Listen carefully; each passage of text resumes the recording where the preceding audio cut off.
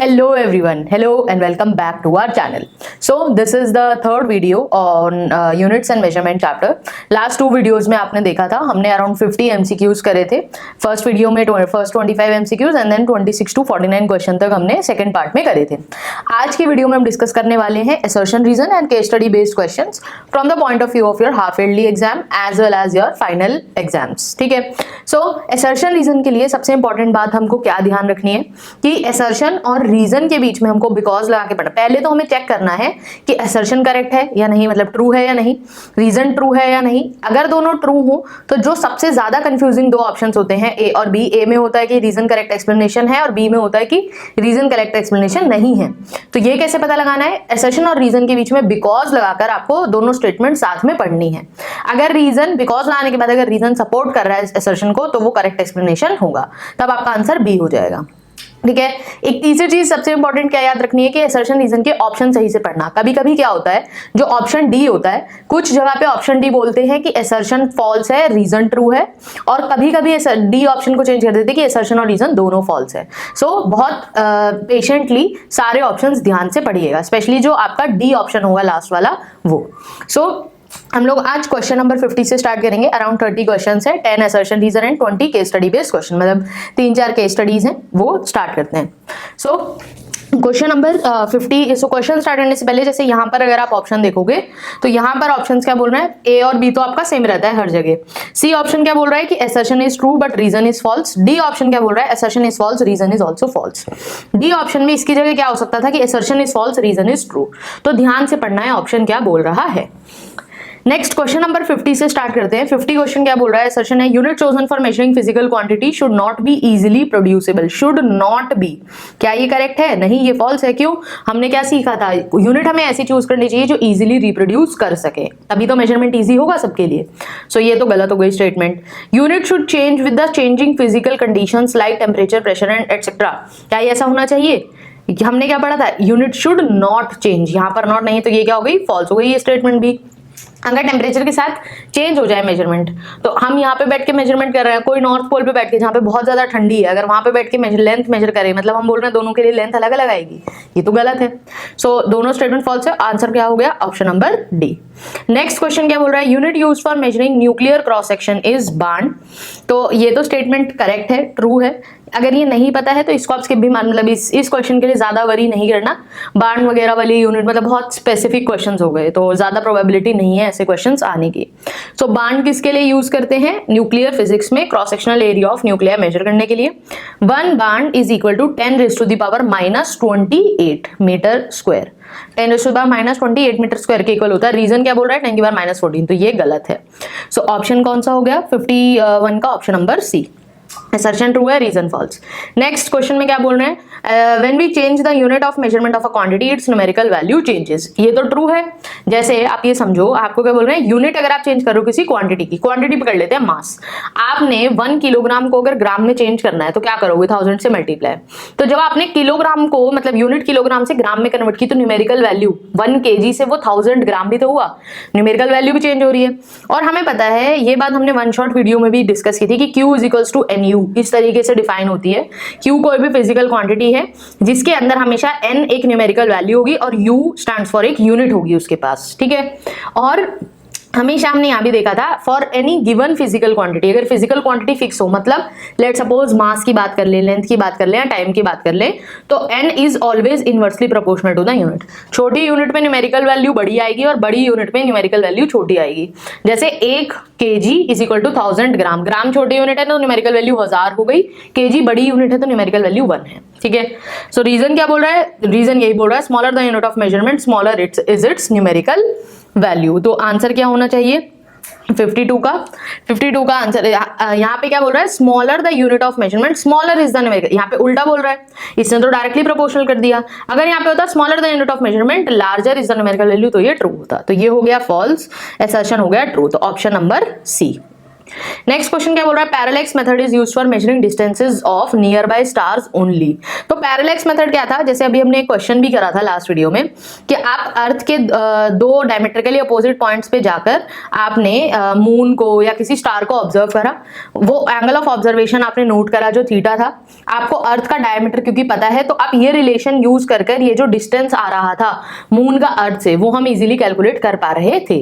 But problem क्या होगी, अब अगर बहुत ज्यादा दूर का स्टार ले लोगे तो बहुत ज्यादा दूर में मान लो जो ये लाइन जा रही है यहाँ से, अगर ये लाइन बहुत ज्यादा मतलब दूर तक लेकर जाओगे, बहुत दूर के स्टार को मेजर करोगे तो ये जो एंगल है ये बहुत छोटा हो जाएगा। एंगल जितना छोटा हो जाएगा उसको मेजर करना उतना ही प्रॉब्लमैटिक हो जाएगा। तो इसीलिए यूजुअली हम छोटे मतलब पास के स्टार्स का डिस्टेंस मेजर करने के लिए यूज करते हैं अपने पैरेलैक्स मेथड को। यहाँ से आपने देखा भी था जो डिस्टेंस आ रहा था, ये जो डिस्टेंस है मून और स्टार के भी अर्थ और स्टार के बीच में, वो कैसे निकाल रहे थे, जो हमारा रेडियस डायमीटर था upon theta, r theta is equal to arc upon radius use करके। सो रीजन में क्या बोल रहा है, with increase in the distance of a star from the earth parallactic angle becomes too small to be measured. तो यही reason है जो मैंने आपको बताया। सो दोनों स्टेटमेंट ट्रू है and reason is the correct explanation of the assertion. तो ऑप्शन ए। नेक्स्ट क्वेश्चन क्या बोल रहा है, नेक्स्ट क्वेश्चन क्या बोल रहा है, out of the two measurements L is equal to 0.7 metre, L equal to 0.70 metre, the second one is more accurate. और रीजन क्या बोल रहा है, in every measurement the last digit is not accurately known. तो पहली बात तो accuracy इस बात पे डिपेंड करती है कि हम ट्रू वैल्यू के कितना क्लोज हैं, ना कि कितने ज्यादा डेसिमल प्लेसेस तक हमने आंसर बताया है। ठीक है, तो यूजुअली हम क्या बोल सकते हैं कि जितनी ज्यादा सिग्निफिकेंट फिगर्स होंगी किसी भी आंसर में उतनी ज्यादा एक्यूरेट होनी चाहिए वैल्यू। यहां पर क्यों ये कॉन्सेप्ट यूज करना पड़ रहा है, क्योंकि आप देखो 0.7 और 0.70 मतलब 0.7 ही है। अगर 0.7 और 0.71 होती, ट्रू वैल्यू गिवन होती तो ज्यादा जो भी पास होता तब हम उससे बता पाते। बट न्यूमेरिकली अगर आप मतलब वैल्यू देखोगे तो 0.7 ही है दोनों में। तो यहाँ पे आप क्या बोलोगे कि जितनी ज्यादा सिग्निफिकेंट फिगर्स होंगी वो वैल्यू उतनी ज्यादा एक्यूरेट होगी। तो ज्यादा सिग्निफिकेंट फिगर्स किसमें है, हमारे सेकंड वाले मेजरमेंट में 0.70 के अंदर, क्योंकि ज्यादा सिग्निफिकेंट फिगर्स है तो ये स्टेटमेंट ट्रू हो जाएगी कि सेकंड मेजरमेंट ज्यादा एक्यूरेट है। नेक्स्ट क्या बोला है, in every measurement the last digit is not accurately known. ये तो बात सही है। सिग्निफिकेंट फिगर क्या होती थी, जितनी भी सिग्निफिकेंटली नोन डिजिट्स हैं plus the one last uncertain digit. तो हम हमेशा क्या मानते हैं कि लास्ट डिजिट हमारी अनसर्टेन है। सो ये रीजन भी ट्रू है, बट ये रीजन करेक्ट एक्सप्लेनेशन है असर्शन का नहीं। ठीक है, सो ऑप्शन बी हो गया आंसर। Next random errors. अब ये एरर के ऊपर क्वेश्चन है तो इसको लीव कर देंगे, वैसे इसका आंसर है ऑप्शन नंबर बी, अगर कोई करना चाहे ट्राई तो। नेक्स्ट क्वेश्चन क्या बोल रहा है, when a quantity appears with a power n greater than 1 in an expression it's error. अच्छा, ये भी एरर के ऊपर है तो इसको भी लीव कर देंगे, इसका आंसर है डी। नेक्स्ट क्या बोला है, हाँ, special functions such as trigonometric, logarithmic and exponential functions are not dimensionless. हमने क्या पढ़ा है प्रॉपर्टीज में, अगर आपने वन शॉट वीडियो देखी है तो मैंने बोर्ड पे एक 4 स्टेटमेंट लिख रखी थी एक साइड, वो चारों स्टेटमेंट्स हमने देखी थी कि जैसे pure numbers are dimensionless, trigonometric quantities are dimensionless, logarithmic quantities are dimensionless. तो ये यहाँ पे क्या बोला है, नॉट डायमेंशनलेस। तो स्टेटमेंट को ध्यान से पढ़ना है, नॉट अगर नॉट बहुत अमेजिंग वर्ड है, ठीक है, तो इसलिए स्टेटमेंट ध्यान से पढ़नी है। तो नॉट लिखा है तो ये तो हो गया false. Next, a pure number ratio of similar physical quantities such as angle and refractive index has some dimensions. ये भी गलत है, अभी डिस्कस करा, प्योर नंबर्स एंगल सब डायमेंशनलेस होते हैं, रिफ्रैक्टिव इंडेक्स भी रेशियो होती है वेलोसिटी की तो डायमेंशनलेस होती है, तो ये भी फॉल्स हो गया। तो ऑप्शन नंबर डी हो गया हमारा आंसर। नेक्स्ट क्वेश्चन क्या बोल रहा है, specific gravity of a fluid is a dimensionless quantity. Specific gravity क्या हो गई आपकी, रिलेटिव डेंसिटी। रिलेटिव डेंसिटी क्या होती है, density of any substance with respect to density of water. मतलब हम डेंसिटी का रेशियो ले रहे हैं तो रेशियो तो फिर से डायमेंशनलेस ही होगा, ऊपर भी डेंसिटी है नीचे भी डेंसिटी है तो वो तो डायमेंशनलेस ही होगा, तो ये तो ट्रू है। ठीक है, यहाँ पर हम ट्रू लिख लेते हैं, ये स्टेटमेंट ट्रू गई। रीजन क्या बोला है, it is the ratio of density of fluid to the density of water. True है, इसी रीजन की वजह से वो डायमेंशनलेस हुआ, तो reason is also the correct explanation, तो ए। नेक्स्ट में क्या बोला है, method of dimensional analysis can not validate the exact relationship between physical quantities. Exact relationship का मतलब क्या है हमें पता है। अब एक लिमिटेशन क्या थी डायमेंशनल मेथड की, अगेन वन शॉट वीडियो में एक दूसरी साइड में दूसरे हाफ में मैंने लिमिटेशंस लिखी थी। सो एप्लीकेशंस डिस्कस की थी हमने, एप्लीकेशंस में हमने लिमिटेशंस भी देखी थी। एक लिमिटेशन क्या है कि हमें वैल्यूज कॉन्स्टेंट्स कैलकुलेट करके नहीं बताता, ठीक है। जैसे v square is equals to u square plus 2as equation है, तो वो आपको चेक करके बता देगा। अगर आप v square is equal to u square plus 10as भी लिख के दे दोगे उसको इक्वेशन, तो भी वो डायमेंशनली करेक्ट ही बताएगा। क्यों? क्योंकि वो कॉन्स्टेंट्स कैलकुलेट करने का हमारे पास कोई एक्यूरेट तरीका नहीं होता using the method of dimension, वो सिर्फ डायमेंशनल कंसिस्टेंसी बता सकता है, ठीक है। तो ये स्टेटमेंट तो ट्रू है, we can not validate the exact relationship.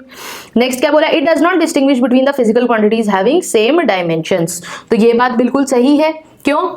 क्योंकि वो जो भी फिजिकल क्वांटिटीज हैं वो कैसे कंपेयर कर रहा है कि अगर v स्क्वायर है, v स्क्वायर की डायमेंशन u स्क्वायर वाली है, बिल्कुल है, a इंटू एस की डायमेंशन u v स्क्वायर वाली है, तो वो उनमें डिफरेंशिएट नहीं कर रहा है, इसलिए उसको पता नहीं लग पा रहा है कि कांस्टेंट की वैल्यू क्या होनी चाहिए। सो ये भी ट्रू है and reason is the correct explanation. तो ऑप्शन नंबर ए हो गया answer. These were our assertion reason questions। अब हम स्टार्ट करते हैं अपने केस बेस्ड MCQs। तो करना क्या है, हर बार की तरह वीडियो पॉज करनी है, एक बार केस स्टडी रीड आउट कर लेनी है, हम लोग डायरेक्टली क्वेश्चंस से स्टार्ट करते हैं। पहली केस स्टडी हमारी simple measurement of physical quantity के ऊपर है। क्या बोल रहे हैं, device which is used for measurement of length to an accuracy of about 10⁻⁻⁵ metre. तो 10⁻⁻⁵ मीटर तक कौन सा इंस्ट्रूमेंट यूज कर सकते हो? आंसर इसका होगा डी, क्योंकि स्क्रू गेज और स्फेरोमीटर दोनों यूज कर सकते हो, दोनों ही इतनी छोटी क्वांटिटीज को मेजर कर सकते हैं, ठीक है। तो ऑप्शन नंबर डी हो जाएगा। अब इंस्ट्रूमेंट्स के लिए देखो 3-4 इंस्ट्रूमेंट्स ही आते हैं, मतलब दो स्क्रू गेज और वर्नियर कैलिपर तो आपको स्कूल में भी प्रैक्टिकल भी कराते हैं उसका, वो तो कराया ही होगा। उसके अलावा स्फेरोमीटर आपके लिए थोड़ा सा नया है, तो स्फेरोमीटर के लिए याद कर सकते हो कि 10⁻⁻⁵ मीटर तक की छोटी वैल्यूज को भी कैलकुलेट कर सकता है, बट स्क्रू गेज और वर्नियर कैलिपर्स अच्छे से पता होना चाहिए। Next, which of the following is not use for measuring time intervals. तो कौन नहीं यूज करते हैं? इलेक्ट्रिकल ऑसिलेटर यूज करते हैं, एटॉमिक क्लॉक यूज करते हैं, क्लॉक है। एटॉमिक क्लॉक मतलब जैसे आपके नेचुरल क्लॉक्स जितनी होती हैं, ठीक है, एटॉमिक क्लॉक यूज करते हैं। स्प्रिंग ऑसिलेटर नहीं यूज करते हैं। Decay of elementary particles use करते हैं। Next question, mean length of an object is 5 centimetre, which of the following measurements is most accurate. तो एक्यूरेसी कैसे देखनी है, कौन सी मेजरमेंट ट्रू वैल्यू के सबसे ज्यादा पास है, वो सबसे ज्यादा एक्यूरेट हो जाएगी, ठीक है। 5 सेंटीमीटर, 5 के सबसे ज्यादा पास कौन है? जैसे दूरी देखो, अब 4.95 से कितना दूर है? 0.1 सेंटीमीटर दूर है, मतलब हम 0.1 सेंटीमीटर कम हमने मेजर किया। 4.805 ऑफ कोर्स 0.1 से ज्यादा दूर है, तो ये तो नहीं होगा 4.9 के सामने। 5.25 आप 0.25 आगे चले गए, तो ये भी नहीं होना चाहिए ऑप्शन, ठीक है, इसको भी कट कर दो। 5.4 और ज्यादा आगे चले गए, तो ये भी नहीं होगा। तो सबसे ज्यादा एक्यूरेट गिवन ऑप्शंस में से कौन सा ऑप्शन है? ऑप्शन नंबर ए, 4.9 सेंटीमीटर, ठीक है। अब आप देखो, जो हमारा असर्शन रीजन था, अगर हम उसके रीजनिंग हिसाब से चले कि जिसमें सबसे ज्यादा सिग्निफिकेंट यहाँ पे सिग्निफिकेंट फिगर 2 ही है, बाकी और ऑप्शंस ऐसे भी हैं जिनमें 3 सिग्निफिकेंट फिगर हैं या 4 हैं, but accuracy first and foremost हमें closeness to the true value से मेजर करनी होती है, जो भी सबसे पास होगा। अगर वैल्यूज दोनों जगह आपके पास सेम है, मतलब न्यूमेरिकल वैल्यू सेम है, तो आप यूज करोगे कि जिसमें ज्यादा सिग्निफिकेंट फिगर होंगे उसको ज्यादा एक्यूरेट ले लोगे, ठीक है। तो कंफ्यूजन नहीं होना चाहिए। Next question, if length of rectangle and breadth, length और ब्रेड्थ आपको गिवन है, minimum possible measurement by scale 0.1 centimetre, then the area is. तो मुझे पता है नॉर्मल अगर आप एरिया निकालो, एरिया कैसे निकलेगा? लेंथ इंटू ब्रेथ से। तो 10.5 इंटू 2.1 करोगे अगर, तो कितना मिलेगा आपको? 22.05 आएगा वैसे आंसर, ठीक है। 22.05 सेंटीमीटर स्क्वायर आएगी आपकी measurement, but minimum possible measurement कितना है? 0.1 सेंटीमीटर। तो मतलब ये इस 0.05 को एक्यूरेटली मेजर नहीं कर पाएगा, तो आंसर कितना आना चाहिए? 22.0, ऑप्शन नंबर ए, ठीक है। Next, age of the universe is about 10⁻10 year, whereas the mankind has existed for 10⁻6 year. How many seconds would the man have existed if the age of universe were 1 day? देखो, बहुत amazing question है। क्या बोला है? Universe की as 10⁻10 है और man की एवरेज एज, मतलब मैनकाइंड कितने साल के लिए एग्जिस्ट करी है? 10⁻6 के लिए, ठीक है। हमसे पूछा है कितने सेकंड्स के लिए मैन एग्जिस्ट करता है। अगर ये एज, अगर 10⁻10 की जगह अगर इसको हम 1 कर दें, तो ये कितने से स्केल डाउन होगा? करेक्ट। तो हम क्या कर सकते हैं, अगर मैं मैग्निफिकेशन निकालूं कि मेरी जो मैनकाइंड की एग्जिस्टेंस है उसका क्या रेशियो है यूनिवर्स के एग्जिस्टेंस के साथ, तो कितना होगा? 10⁻6 बाय 10⁻10, 10 की पावर -4, इसको मैंने बोल दिया m, मतलब this is the magnification in time. अब मुझे मैनकाइंड की टोटल एज निकालनी है कि वो कितनी देर के लिए एग्जिस्ट करेगा यदि ये 10⁻10 की जगह 1 होता। सिंपल यूनिटरी मेथड भी समझ सकते हो। देखो यूनिटरी मेथड क्या बोल रहा है, 10⁻10 थी तो उधर वैल्यू 10⁻6 थी, यदि 1 होगा तो 10⁻6 बाय 10⁻10 इंटू 1। ठीक है, 1 डे आपको क्या पूछा है, इतने दिन के लिए एग्जिस्ट करना चाहिए था, मतलब 10⁻⁻4 डेज के लिए, क्योंकि मैंने 1 डे लिखा है। हमसे क्या पूछा है, सेकंड्स, तो आप डे को सेकंड्स में कन्वर्ट कर सकते हो। एक दिन में 24 घंटे, 1 घंटे में 60 मिनट्स, 1 मिनट में 60 सेकंड्स। तो मल्टीप्लाई करो, ये वैल्यू कितनी आएगी, 24 इंटू 60 कितना आ जाएगा, 86400 सेकंड्स। 86400 इंटू 10⁻⁻4 कितना आया, 8.64, मतलब एग्जैक्टली कितना आएगा 8.64, तो 8.6 हमारे ऑप्शन सी में है। ठीक है, नेक्स्ट केस स्टडी किसके ऊपर है, सिग्निफिकेंट डिजिट्स के ऊपर। डायरेक्टली क्वेश्चन स्टार्ट करते हैं। इन 4700 मीटर सिग्निफिकेंट डिजिट्स आर, 4700 में बताना है आपको कितनी सिग्निफिकेंट फिगर है। क्या जीरो सिग्निफिकेंट होंगे, नहीं होंगे, क्यों, क्योंकि डेसिमल पॉइंट नहीं है। यदि यहाँ पे डेसिमल पॉइंट होता और 4700.00 लिखा होता तो सारे जीरो सिग्निफिकेंट हो जाते, क्योंकि डेसिमल पॉइंट नहीं है और कोई नॉन जीरो डिजिट नहीं है जीरो के बाद, तो जीरो सिग्निफिकेंट नहीं होंगे। तो डिजिट्स कितनी हो जाएंगी सिग्निफिकेंट, ओनली 2। 66 में क्या बोला है, to determine the number of significant figures scientific notation is, scientific notation क्या होती है, a इंटू 10⁻b। ठीक है, जहां पर b क्या होता है, कोई भी पॉजिटिव या नेगेटिव एक्सपोनेंट हो सकता है, a क्या होता है आपका नॉर्मल जो भी आपका नंबर है ना। a को कैसे रिप्रेजेंट करना है, और सिर्फ डेसिमल के पीछे एक ही डिजिट होनी चाहिए। तो ऑप्शन कौन सा होगा, ऑप्शन नंबर बी। ठीक है, 66 67 में बात करते हैं। 5.74 gram of a substance occupies, मतलब मास और वॉल्यूम गिवन है, आपको डेंसिटी एक्सप्रेस करनी है एक्यूरेट सिग्निफिकेंट फिगर में। डेंसिटी कैसे निकालते हैं, मास अपॉन वॉल्यूम, मतलब 5.74 डिवाइडेड बाय 1.2। पहले डिवाइड करो, डिवाइड करके कितना आएगा 4.8। और कितनी सिग्निफिकेंट फिगर होनी चाहिए, 2 ही होनी चाहिए। क्यों, मल्टीप्लिकेशन डिवीजन में जिस भी नंबर में मिनिमम सिग्निफिकेंट फिगर हो, इसके अंदर 3 थी, इसके अंदर 2, तो आंसर में कितनी होनी चाहिए, 2 सिग्निफिकेंट फिगर। तो आंसर क्या आएगा 4.8 ग्राम पर सेंटीमीटर क्यूब। ठीक है, तो ऑप्शन नंबर सी। 68 में क्या बोला है, choose the correct option. Change in unit does not change the significant figure. ये तो सही बात है, किलोमीटर में लिखूं, मीटर में लिखूं, सेंटीमीटर में लिखूं, सिग्निफिकेंट फिगर चेंज नहीं होनी चाहिए, नहीं होंगी। तो ये ऑप्शन ट्रू है। फिर भी आंसर करेक्ट मुझे पहले ऑप्शन मिल गया, बट सारे स्टेटमेंट पढ़ लेते हैं। 4.700 metre is equal to 4700 millimetre. Here there is a change of significant figure from 4 to 2 due to change in unit. तो अब क्यों ये चीज गलत क्यों है, ये ऑप्शन गलत क्यों है, क्योंकि जब भी हम चेंज कर रहे हैं यूनिट में, हमें हमेशा साइंटिफिक नोटेशन में लिखना है। ठीक है, ऐसे अगर आप चेंज करोगे तो ऐसे तो कभी भी कोई भी चीज एक्यूरेटली पता लग ही नहीं पाएगी, तो इसलिए ऑप्शन गलत है। हमेशा साइंटिफिक नोटेशन में लिखना है हमें। नेक्स्ट 4700, सेम चीज यहाँ पे भी बोलिए, देयर इज अ चेंज, तो ये भी इसलिए गलत हो गया, साइंटिफिक नोटेशन में लिखो हमेशा। Change in unit changes the number of significant figure, ये भी गलत है। तो ऑप्शन कौन सा ट्रू हो गया हमारा, मतलब करेक्ट ऑप्शन कौन सा हो गया, ऑप्शन नंबर ए। ठीक है, नेक्स्ट 69 में क्या बोला है, consider the following rules of significant figure. All the non zero digits are significant, ये तो ट्रू है, ये तो सही है। All the zeros between 2 non zero digits are significant, ये भी सही है। उसके बाद क्या बोला है, द टर्मिनल और trailing zeros in a number without a decimal point are significant. Terminal और ट्रेलिंग, अभी विदाउट अ डेसिमल नंबर क्या सिग्निफिकेंट होते हैं, आप बताइए सिग्निफिकेंट होंगे, नहीं। क्यों, क्योंकि अभी हमने 4700 में कितने सिग्निफिकेंट फिगर बताए थे, 2, क्योंकि डेसिमल पॉइंट नहीं था।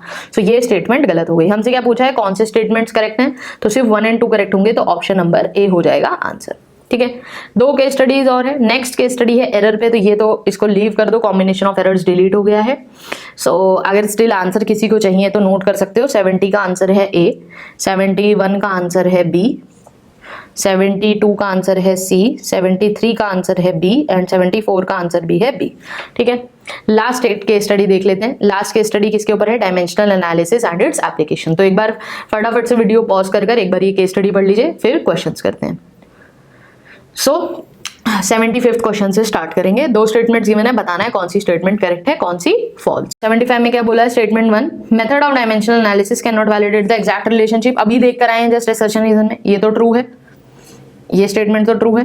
Next statement, it does not distinguish between physical, ये भी अभी रीजन था, सेम असर्शन रीजन ही है। स्टेटमेंट 1 को असर्शन बोल रखा था, स्टेटमेंट 2 को रीजन, ये भी ट्रू है। Which of the following statements is are correct, 1 and 2 दोनों करेक्ट हो जाएंगी। तो 75 का आंसर क्या हो गया, बी। अभी सेम असर्शन रीजन ऊपर देख के आए। 76 में क्या बोला, quantity having same dimension as that of Planck's constant. अब बात आती है कि प्लैंक्स कांस्टेंट की डायमेंशन क्या होगी, ये कैसे पता लगेगा। तो E is equals to h nu, एक फॉर्मूला देखा था, ये भी अभी हमने ऊपर एमसीक्यू वाली वीडियो अगर पीछे आपने देखी है दोनों, तो उनमें से किसी एक वीडियो में हमने क्वेश्चन किया था। E is equals to h nu है, एच की डायमेंशन कैसे निकलेगी, E by nu, energy divided by frequency, frequency की डायमेंशन T-1, एनर्जी की डायमेंशन ml² T-2। तो H की डायमेंशन क्या हो जाएगी, प्लैंक्स कांस्टेंट की डायमेंशन यहाँ पे लिख लेते हैं, क्या हो जाएगी ml² T-1।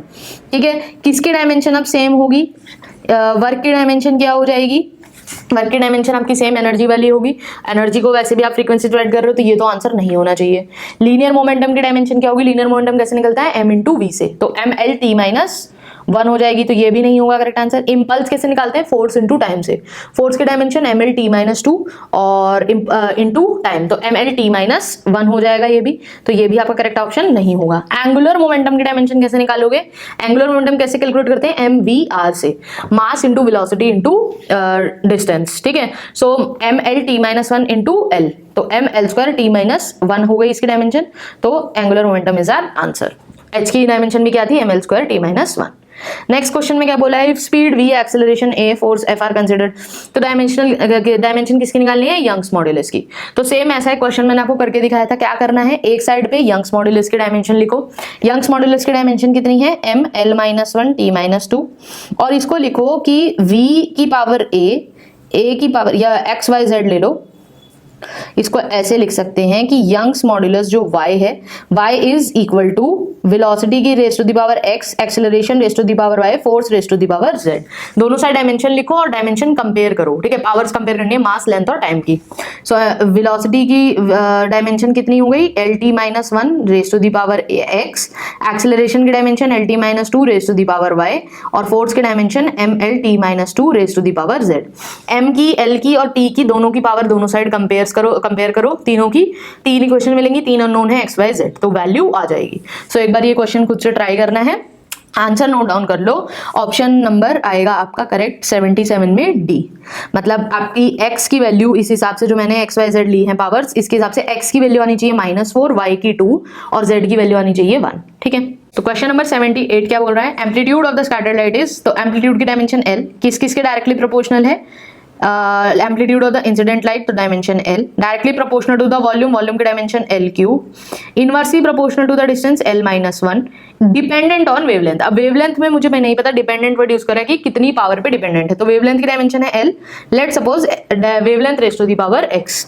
ठीक है, तो इस साइड अगर हम करेंगे तो इधर आएगा l raise to the power 1, इधर आ जाएगा l raise to the power 3 plus d, तो यहाँ से d की वैल्यू कितनी आई -2। सो एम्पलीट्यूड के लिए था ये formula, amplitude of the scattered light, तो मतलब amplitude of scattered light inversely proportional है लैम्डा के स्क्वायर के। हमसे क्या पूछा है, relation of intensity. Intensity already amplitude के स्क्वायर के डायरेक्टली प्रोपोर्शनल होती है, एम्पलीट्यूड लैम्डा स्क्वायर के इनवर्सली प्रोपोर्शनल है, मतलब इंटेंसिटी क्या हो जाएगी, inversely proportional to lambda raise to the power 4, तो option number B. Last question में क्या बोल रहे हैं, find the value of power of 60 joule per minute on a system that has 100 gram 100 centimetre 1 minute as base unit. तो power कैसे निकलती है, power is work done upon time, power is work done upon time. 60 joule per minute बोला है, तो 60 joule divided by 1 minute, 1 minute को seconds में convert कर लेते हैं, तो 60 सेकंड्स, तो 60 से 60 क्या था, तो कितना आया 1 जूल पर सेकंड, या फिर 1 kg मीटर स्क्वायर पर सेकंड क्यूब। ठीक है, सो अब क्या करना है, Q is equals to N1, हमने ये फॉर्मूला पता है, N1U1 is equal to N2U2, ये हमको यूज करना है। यहाँ पर यूनिट क्या होगी, kg मीटर स्क्वायर सेकंड -3, यहाँ पर यूनिट क्या हो जाएगी, और इसको कन्वर्ट कर सकते हो। अब क्या करना है, इस साइड पावर थी 1 kg 1 मीटर स्क्वायर 1 सेकंड -3, और दूसरी साइड पावर क्या हो जाएगी, इधर लिख लेते हैं, 1 kg को कन्वर्ट कर दो 1000 ग्राम, इंटू मीटर को कन्वर्ट करो सेंटीमीटर में, तो 100 × 100 centimetre square centimetre square into 1 second की पावर -3। दूसरी साइड की न्यूमेरिकल वैल्यू मुझे निकालनी है। यूनिट्स क्या क्या है अब, 100 gram into 100 into 100 centimetre into 1 minute. 1 minute को क्या करेंगे, 60 सेकेंड्स में कन्वर्ट कर देंगे। ठीक है, मतलब 1 मिनट लिखा है तो 1 मिनट को मिनट में रहने देते हैं, यहाँ पे सेकेंड्स को मिनट में कन्वर्ट कर लेंगे। तो इसकी जगह क्या लिख देंगे, 1/60 मिनट। ठीक है, मतलब 1/60 की raise to the power 3 minute cube. ठीक, मिनट क्यूब से मिनट क्यूब यूनिट कट गई, सेंटीमीटर से सेंटीमीटर स्क्वायर यूनिट कट गई, ग्राम से ग्राम कट गया। और सिंप्लीफाई कर लेंगे, मतलब वैल्यूज मल्टीप्लाई डिवाइड करके। तो अगर मैं यहाँ पर लिख दूँ तो वैल्यू टोटल आपकी आनी क्या चाहिए, खुद से ट्राई करना है क्वेश्चन। वैल्यू आनी क्या चाहिए आपकी, 1000 divided by 100 into 100 divided by 100 का square 1/60 raise to the power -3। इसका सिंप्लीफिकेशन जो भी आएगा वो आपकी न्यूमेरिकल वैल्यू n2 होनी चाहिए। क्या आपका आंसर भी यही आ रहा है, एक बार क्रॉस चेक करना है। अब इसको जब आप सिंप्लीफाई करोगे तो इधर तो 10 बचेगा, ये पूरा कट जाएगा। 1/60 रेज़ टू दी पावर -3 है तो 60 का क्यूब लिख सकते हो। अब इसको 10 इंटू 60 का क्यूब n2। 60 का क्यूब कितना होता है, मतलब 6 का क्यूब कितना होता है, 216। तो 216 इंटू 4 0, तो 2.16 इंटू क्या होना चाहिए, आंसर क्या आना चाहिए, 216 into 10 raise to the power 4। तो 2.16 into 10 raise to the power 6। Option number B should be our correct answer. This was all about our chapter units and measurement. आज हमने अपने 10 assertion reason and around 4 case studies देखी।